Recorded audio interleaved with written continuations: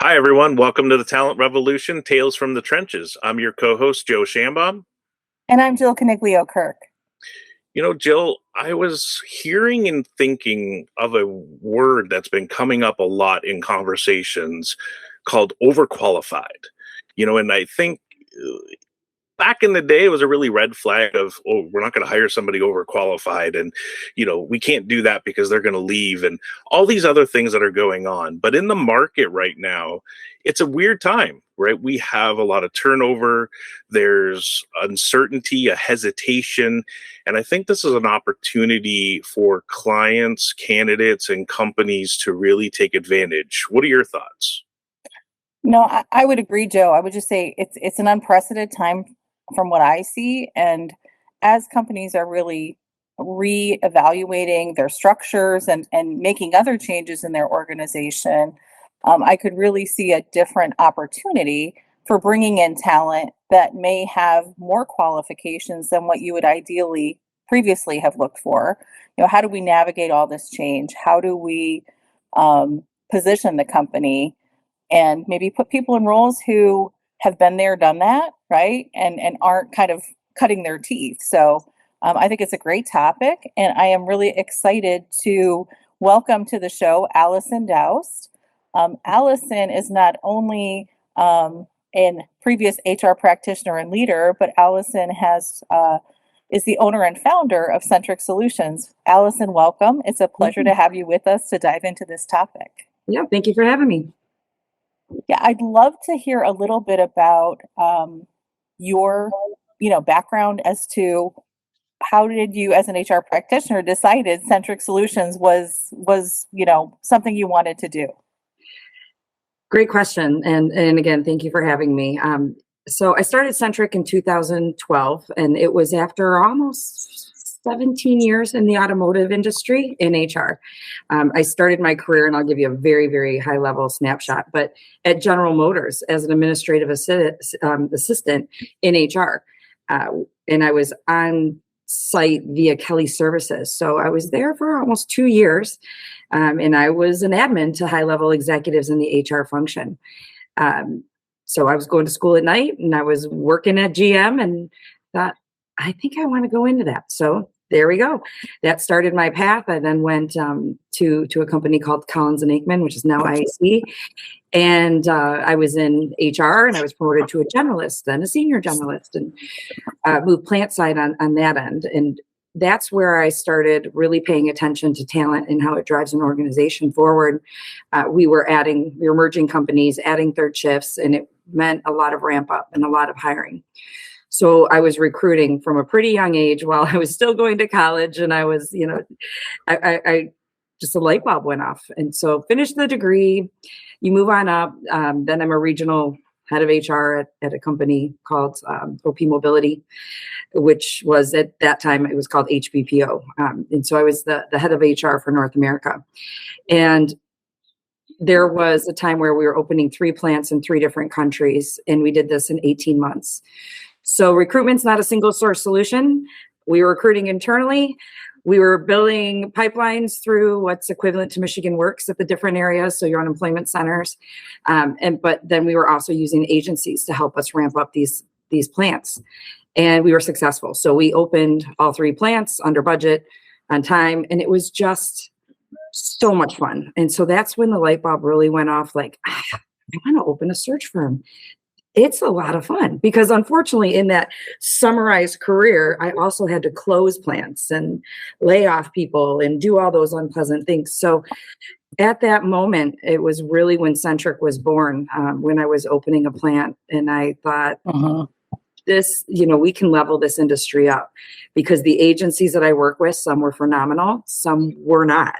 And I just, let's go raise the bar. And so boom, 36, let's go open a staffing company, and we need to raise the bar in this industry. And we do bring a unique perspective because I lived it. So of those years, many years, it was almost 17 years in the automotive industry, about 9 were plant side.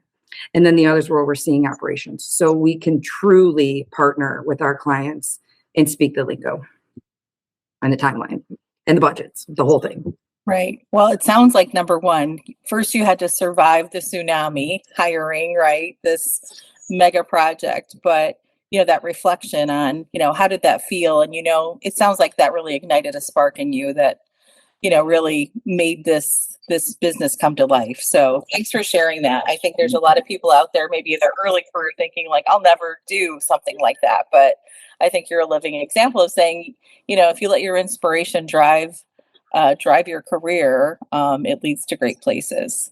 So thank you for sharing your story. Absolutely. So yeah, now we do work across the U.S. and we have 3 different divisions of. So we have a contract temporary division, a direct placement division, and a retained executive search division. We're predominantly technical, professional, mid-management, and executive level. So what that means is everything besides the production floor. Not that that's not important. That's extremely important. It's just a different model. So that's kind of the structure of Centric. So, in all those things in your career, Alison, you've obviously hired top performers, some folks that are rising stars, and then this whole concept of overqualified and really unique characters. What are your thoughts on this whole overqualified situation going on now that's in the market and across the US and North, actually, probably globally? You know, I can look at it from 2 different perspectives, because when I was the head of HR for North America, we were bringing in candidates. The concern from my side at that time was it's really expensive to bring on a new employee from an organizational standpoint, and you want to make sure that they're not a flight risk. So the hesitation is, are they going to come on board because they have a need right now, but then leave in 6 months when something better comes along? But if you look at it, I think what we need to do is really talk. You got to peel back that onion and understand what the motivations are, because you could be missing out on some really high caliber talent that has the skills, can jump right in. They're ready to rock and roll. Yeah, Alison, I think you bring up some great points, and really understanding the candidate's motivation is really the most important aspect of this. It sounds like understanding that both from the recruiter side and the company side is really at the heart of maybe where you start when you consider a candidate who may bring more experience to the table than the role the company's hiring them for, warrants. Correct.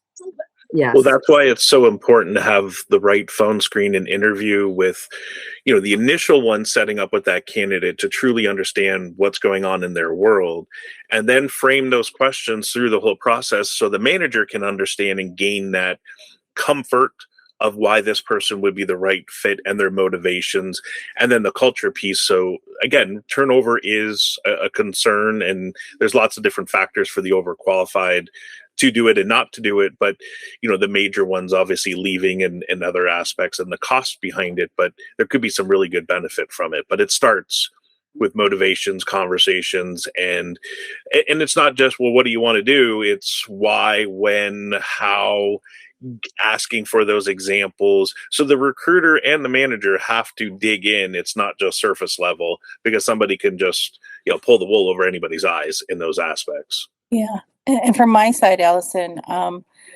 I firmly believe the more forthcoming a candidate is to you as the recruiter and the company, the more we can answer that why. Correct. Why do And they want this role? yeah. That transparency, and some examples I've seen in my career as I work with other people who might be in the job market saying, hey, I reached a certain level of my career and what I'm doing isn't fulfilling for me today.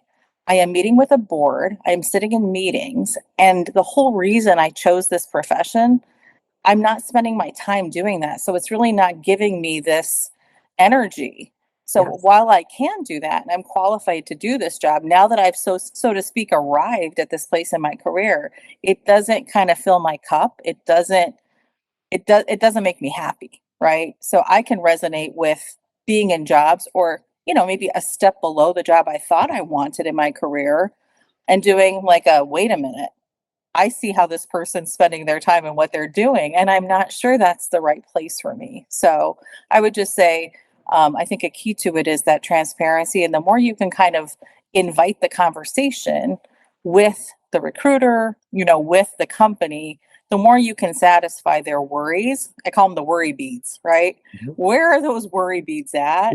And kind of having a little bit of a roadmap to say, if I could address those through conversations and, navigate and steer that in the right way, perhaps that helps position me as a candidate in a better way so that I'm putting some of those fears to bed.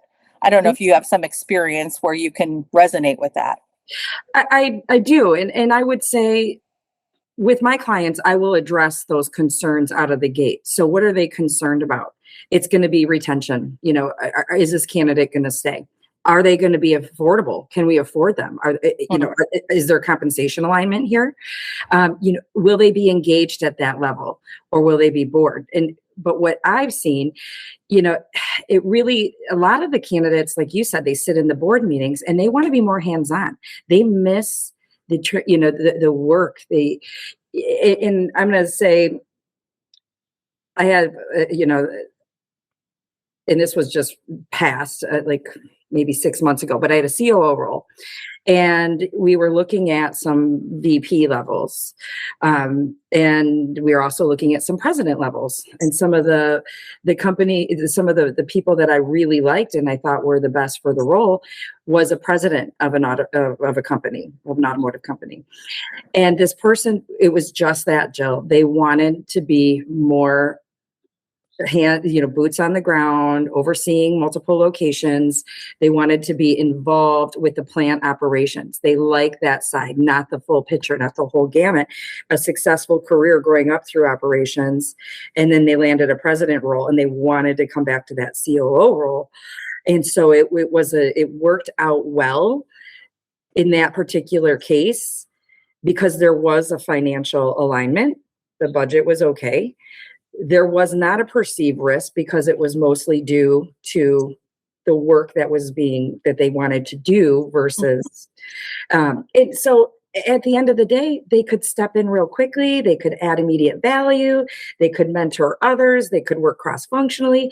So you can drive the business forward. And in that role, that's such a critical role that it can make that company highly successful. And when you share an example like that, I look at it and say, they report to someone who did their job. So now they even understand, what do I need to give that person? What do I clue them into? How do I help give them the right visibility?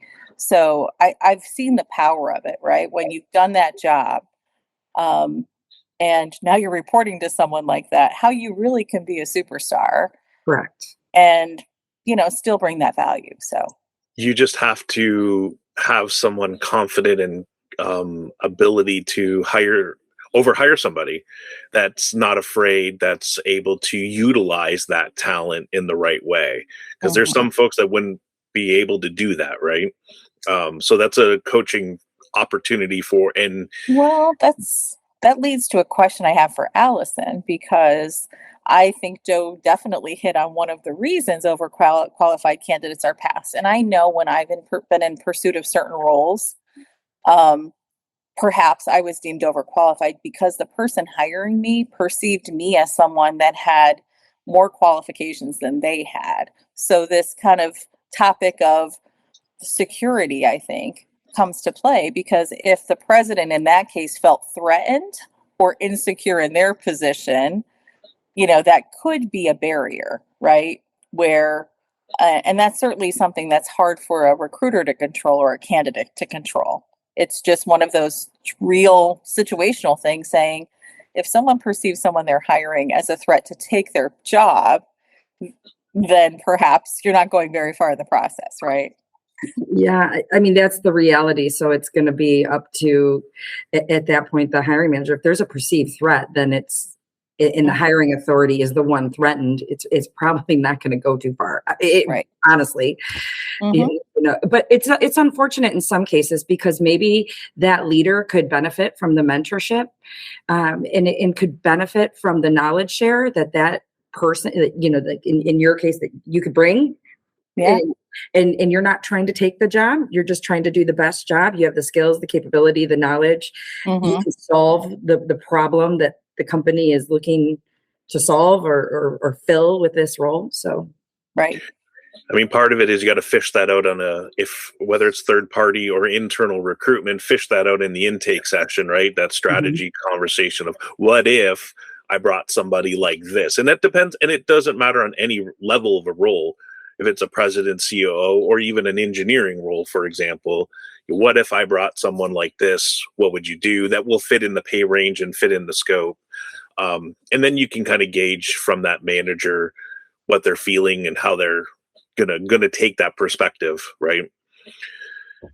yeah. So another aspect that I was thinking of is I've had a candidate who, great career, has, I don't know, 5-10 years honestly left that they want to do. They've been to a plant manager and they're like, Joe, and this is a true example, I don't want to be a plant manager anymore, but I want to work, and I've got a lot of work and I got a lot of capability, and I've got 5-10 years left, Joe. I want to do this.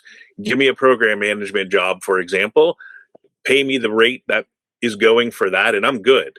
And I'm like, well, that's a hard, your resume, your background showcases this, and you don't want to mislead anybody on what you've done.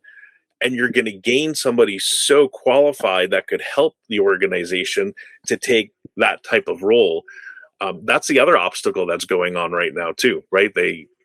They're changing their career. They don't want to climb the ladder. They want to be the steady person that's going in there and driving through that. I don't know, Alison, have you seen that as well?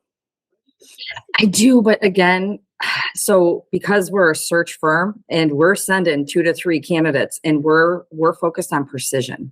So that candidate, unfortunately, that's hard for a recruitment agency to bring that kind of candidate forth. And that comes with a partnership, right? So that comes with me knowing my clients for a very long time and being able to have that discussion as a trusted partner and advisor and saying, here's their why and here's their capabilities. And this is, they can add, they have a level of experience, they have knowledge, they're stable, they're reliable. Like that's a conversation I would have, but that's hard for me to just send that. Right.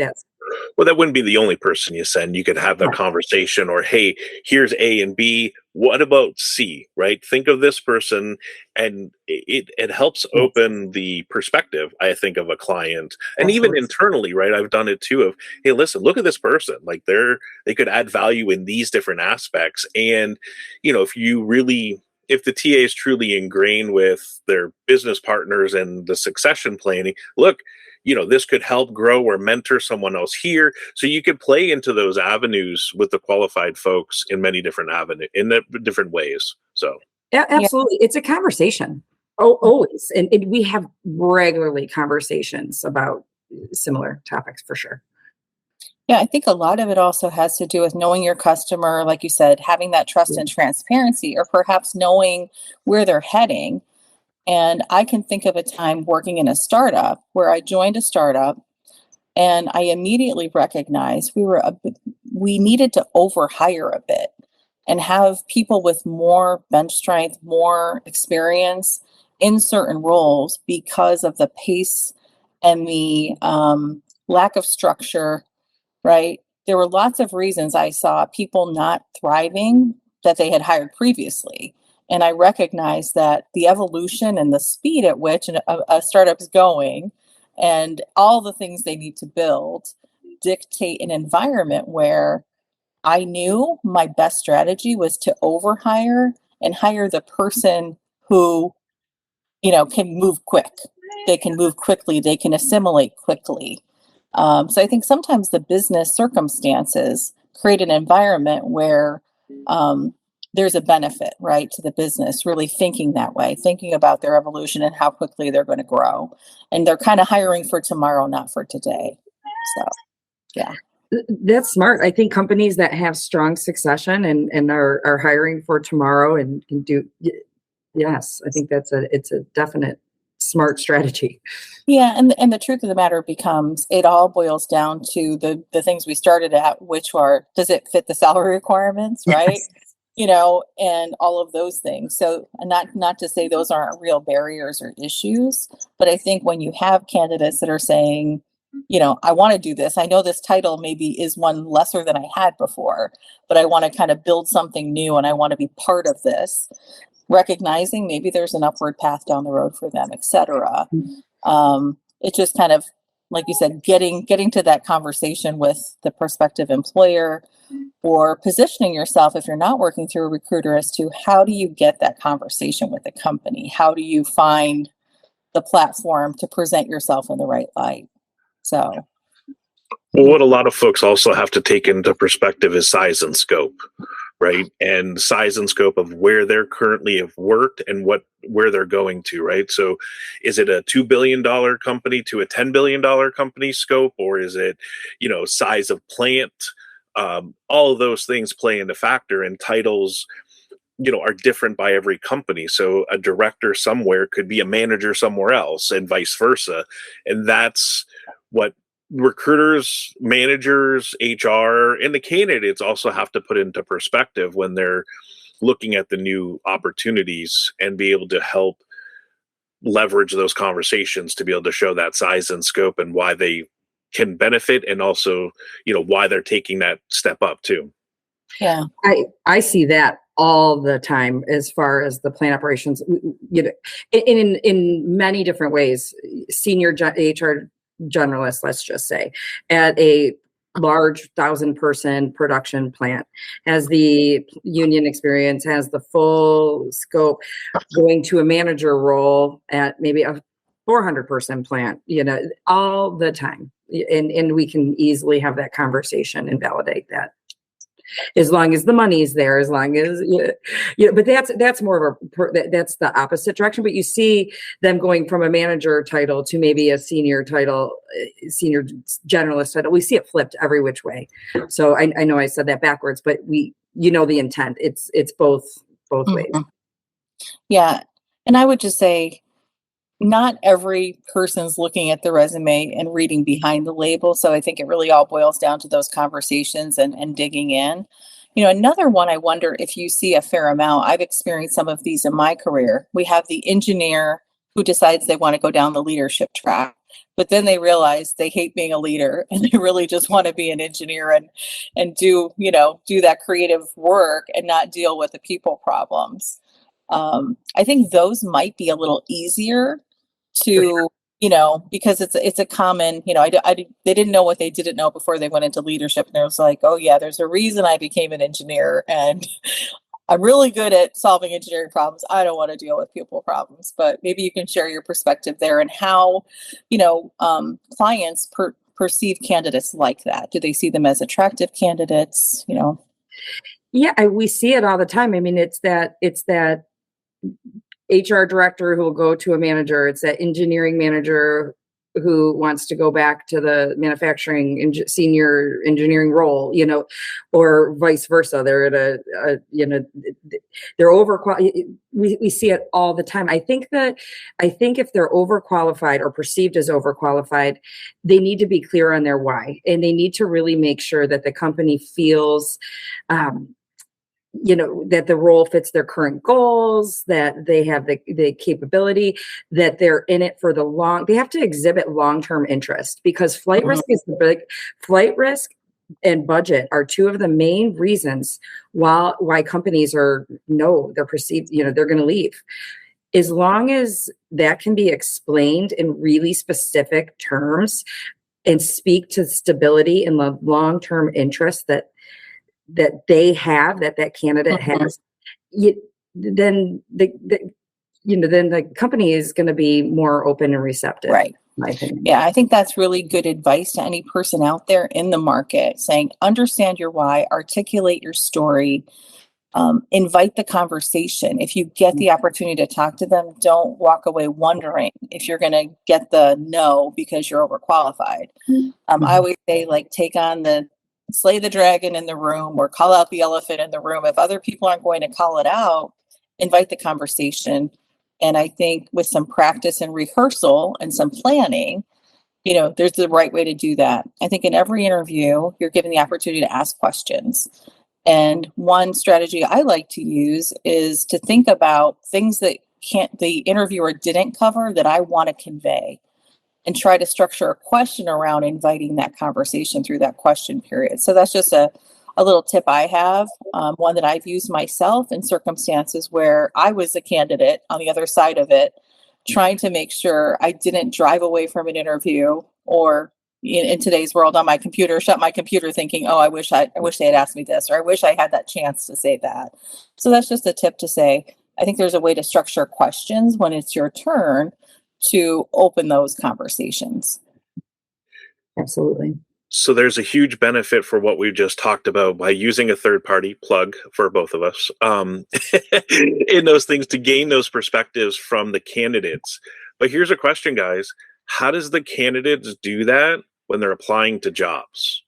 Right? The resumes, there's no words, there's no conversation. Yes, there's cover letters. Yes, there's comments. But what can we give to the listeners that are looking for jobs on how to help overcome that by an application? Any thoughts? Ooh, I mean, they have to make sure that they clearly outline their experience, and they're gonna have to make sure.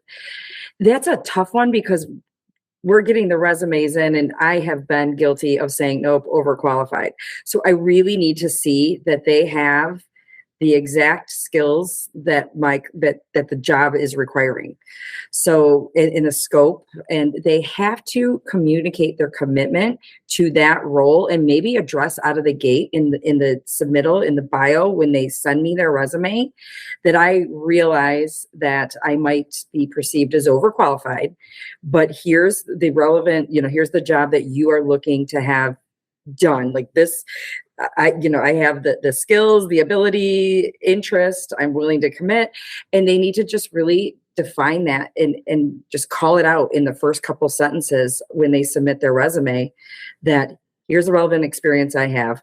I am willing to commit to this role. I'm in it for the long haul, and here's why. And that's, I think it has to be written at least. I mean, I would agree. I mean, I think if there's this potential, this potential situation where you're going to get passed aside and not read. Number one, I would say this best strategy for a candidate is say, build a targeted resume. Spend all your time talking about the relevant work that you've done, even though it may not be the most recent work that you've done that speaks to this role. Kind of like put it right out there. Perhaps, you take some of the bullet points off that aren't relevant. Maybe I did an M&A deal and I did all these other things, but I know that's not going to be expected in this job. It's not necessarily a time to brag about what's the biggest thing I've done, what's the most impactful thing I've done in my career. It's about, how do I bring the experience and what have I done that's going to come into your organization and help you solve your problems or set you up for success tomorrow. And I think that's a really hard thing for people to let go of. I know myself, I don't know how many attempts I've taken at my resume, and it's like, you're so protective of, but I did this and I survived this, right? But I think it's not a time to be proud. It's a time to be realistic about, you're not lying, you're highlighting what is most relevant, what is most on point for what I'm targeting, right? Yeah. Focus on your experience and not your highest title, So you bring up titles, which is exactly where I was going. What are your thoughts, guys, on changing the title, right? You don't want to lie, but you also want to, if you're been a director, but you're okay with being a senior manager or a manager, whether it's an HR business partner or engineering or, manufacturing. What about, adjusting the titles? Because everyone, you got to remember, they're applying through a system, right? I mean, if they're using third party, we can talk through that. That's easy to be able to talk to the clients. But if they're applying online, it's their resume. It's an AI tool that's also scanning and organizing and someone reading their resume. Are they going to get through and scored the right way? I mean, what's the thoughts on titles, guys? I'm all for 100% honesty all the time. And I would not be very happy if I found out that they change something. I think they can speak to it, but there's the filters. They're going to have to send that email. They're going to have to send through and they might have to try to find the hiring authority and then explain that's a tough one. Yeah. I personally think you can't change your title, but I do know in different companies, what my title might be interpreted differently. So what I've told people to do is say, you can put like slash or parentheses. Like I was a vice president, but in some companies, that's an HR business partner or strategic HR business partner. Yes. But you can't lie. You can't just say I was a manager, but I was really a vice president. You know what I'm saying? It's a fine line. I think you can kind of expand on what your title was and your scope as you're capturing things. But I think you can't dumb down your titles or create false labels. That's just my own personal take. So I think it goes to size and scope, right? So if you can add lines in your resume about size and scope of the role of where you were, and that will help play into where they are, right? It's the 2 billion versus a 10 billion. The titles, I love the bullet point guys question, right? Taking out the M&A activities when you're not going to be doing that, or playing into if you're want to focus more on that technical part of the role versus being a leader and manager and mentoring team members, right? So I think the recommendation for everyone is adjust the bullets to play towards that role, accommodate the title as who you are, but maybe adjust it and add a cover letter. I think that's what everyone is saying, a cover letter explaining what you're doing, your situation, your why, as Alison keeps, I agree, the why, if you can't get to talk to somebody, because it's really hard to get a conversation within a company when there's, unfortunately hundreds of folks applying to these jobs, right? Right. And I will say, I learned as much about this on the candidate side, maybe more than I did from the HR side of my desk. And I'm kind of smiling because I'm thinking of an interview I had. Joe was actually working for another automotive company, and I was looking and in the market. I was working somewhere else. I walked into an interview for a position I know I could do with my eyes shut. But it was interviewing with people that had half as much experience as me and really didn't bring good examples to the table that fit the job, right? I talked a lot about work that I did, and I really didn't enter the conversation with the right mindset around these people. Immediately were like, yeah, like, thanks, Joe. She's not our person. But when I think about the examples, right, or recency or other things, you need to have the whole story fit. So it's an example. Maybe I'm being too vulnerable now. People are saying she's so dumb, but I'm just being real and saying all of these pieces of the puzzle needs to snap together for the company. And anytime one doesn't, it's going to be a red flag to them. So think carefully as you go through behavioral interviewing with your stories, examples, and other things. It really needs to fit that position, and you really need to be thoughtful about your preparation. And like I said, I think I've learned more through that was a bad idea, right?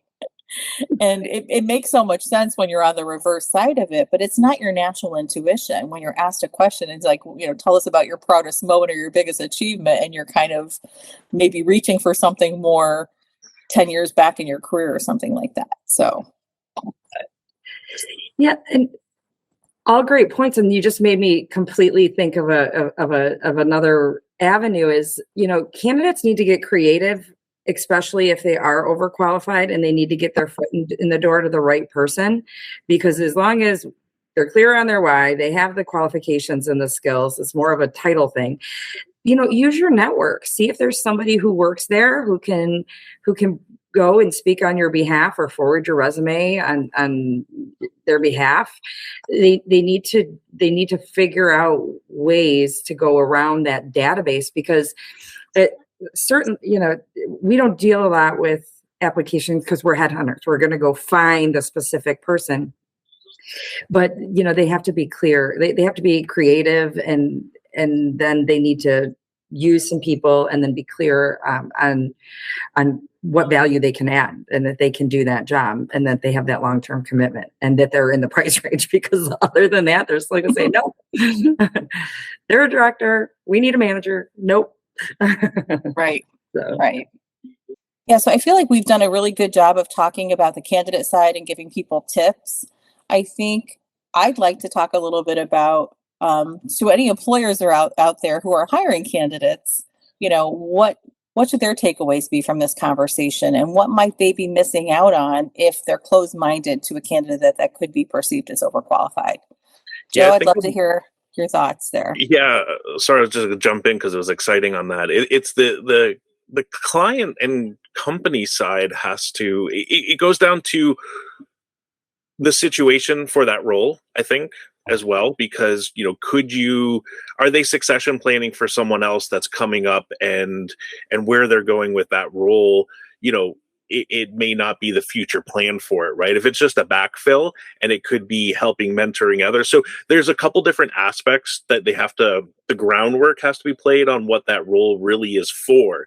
But if it's somebody that you can fit in there that's a little bit more overqualified, that has these different skills and abilities, what they're going to gain is a huge impact initially that's going to just launch pad what's going on, right? They're going to be able to jump in, add value, give other perspective, mentor others, and they're going to gain, again, it's aligning the compensation, making sure that fits.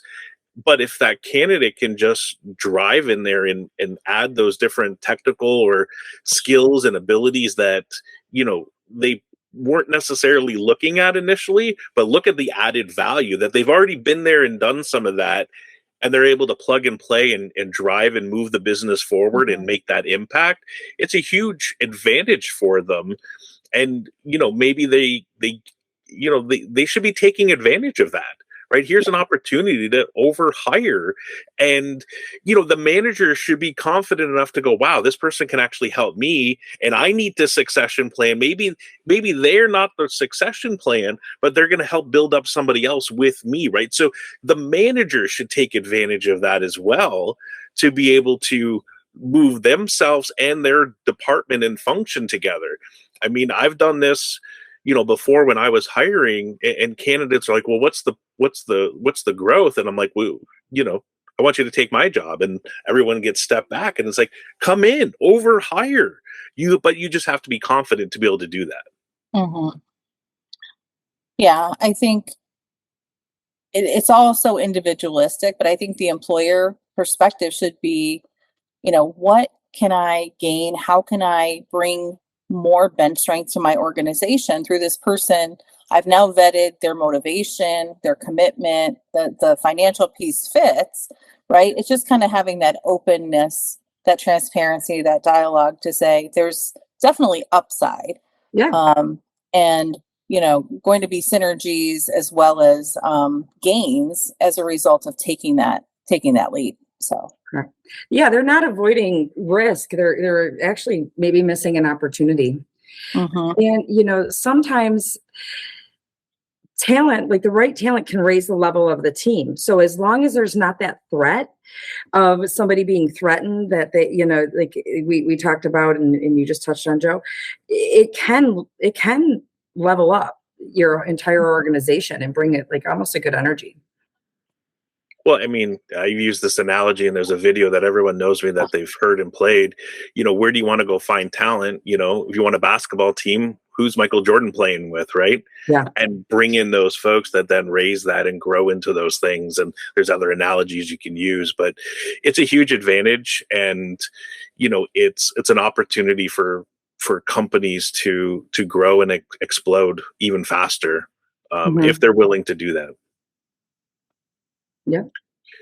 With that, Alison, I guess we love tales, and you've shared a couple stories, but is there any other story or memorable with a candidate or a client where you've been able to maybe successfully hire or at least get an interview with someone to gain that perspective on this overqualified world of things? I would say all the time. I mean, we're gonna have conversations. Hey, I have someone, they're at this level. And I think I gave an example earlier, where we had, a president that we fed in for a COO role. And, you got to have those conversations on here's their motivation, but it's also at every level. It's at like I said, engineering managers to back to a senior manufacturing engineer. That's happened. HR, because we place so much HR professionals. We see it. They were a director and they're willing to go to a manager, or sometimes the titles in different organizations are skewed and they're a little bit different. So you got to consider that. And it's just a conversation. I call my client and we try to make sure that when we work for our clients that they are as passionate about talent as I am. I truly believe that people determine the ultimate success of your company. So they'll take the call and we're going to have a conversation about it. And I'm going to say, I want you to meet this person. And here's why. Here's what you said you need done. And this person can do it. You're going to look and you're going to worry that they're overqualified simply because of their title. And they did have a bigger scope, but here's what they want. They don't want to travel as much. They really, really, really follow, enjoy your company, your mission, your culture. And they've been trying, those things. So I'll have that conversation, Joe. Mm-hmm. So that's how I do it. I talk. I talk. You have to be that bridge, right? Yes. Yeah, you have to kind of advocate for your client. And both clients, right? The candidate who's the client, right? And the company, because at the end of the day, you're trying to find this fit and you see it. And they may not be able to see it. And the truth is, a piece of paper can't paint this picture about a person and an individual and where they're at in their journey and their life and their career and what their motivations are.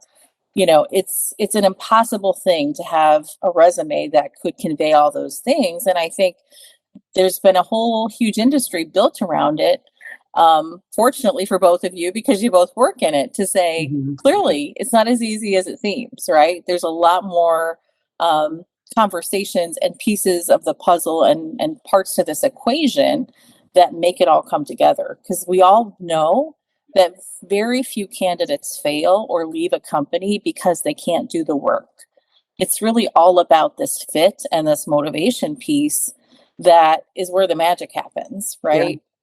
Yeah. So you're exactly right. When the alignment's right, overqualified can become overperforming in some cases. I mean, you might be hitting a gold mine. You never know.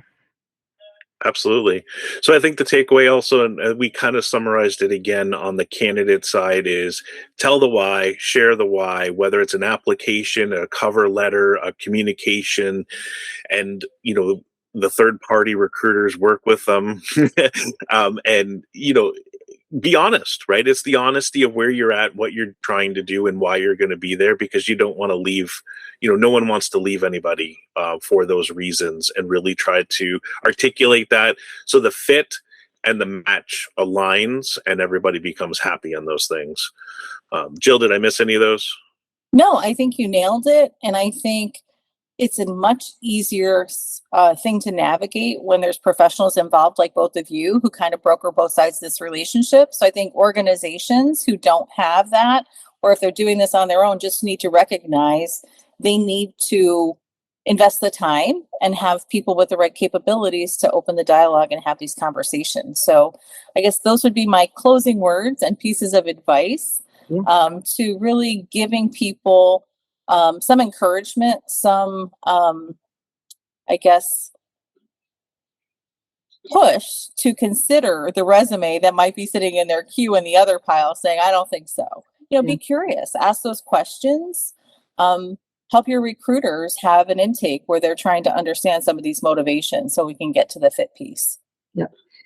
I would add, I would just really make sure that candidate emphasizes that they're long-term commitment, because the number one reason when I was on the HR director side, it was they're going to leave, they're going to be a flight risk. So they have to hit that out of the gate, in my opinion. That's what I would close with. Yeah, and I think, hopefully employers are listening and willing to take a second look and have that deeper conversation and understand the why from the third party and the candidate to truly see if it does fit and align to what's going on in that particular situation at any level and any role in any industry and any discipline.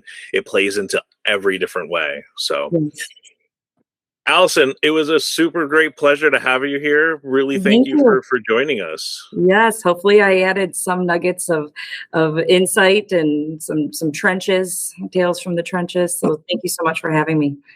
Yeah, thank you. No, great conversation. We appreciate you taking the time. Until next time, where we'll dive into a new topic. Thanks, everyone. All right, Bye-bye. thank you.